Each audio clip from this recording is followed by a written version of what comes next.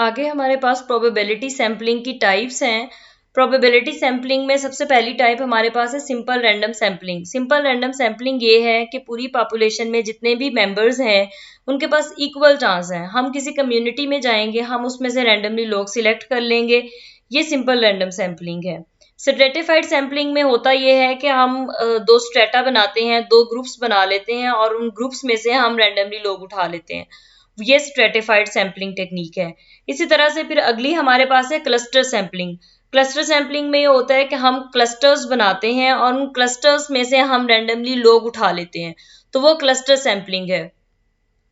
Cluster sampling में और stratified sampling में डिफरेंस ये होता है कि क्लस्टर सैम्पलिंग में हम रैंडमली जो ग्रुप सिलेक्ट कर रहे होते हैं उसके अंदर सारे के सारे यूनिट्स मौजूद होने चाहिए। यानी हमने 3 ग्रुप्स अगर बनाए हैं तो उन तीनों ग्रुप्स के अंदर हमारी सारी कैरेक्टरिस्टिक्स मौजूद होनी चाहिए। लेकिन जो हमारे पास स्ट्रेटिफाइड सैम्पलिंग टेक्निक है उसमें हमारे पास ये चांस नहीं होता कि जितने भी लोग हैं उनके अंदर वो सारी की सारी कैरेक्टरिस्टिक्स मौजूद होंगी या नहीं होंगी। उसमें से कुछ यूनिट्स मौजूद होते हैं, कुछ के अंदर मौजूद नहीं होते।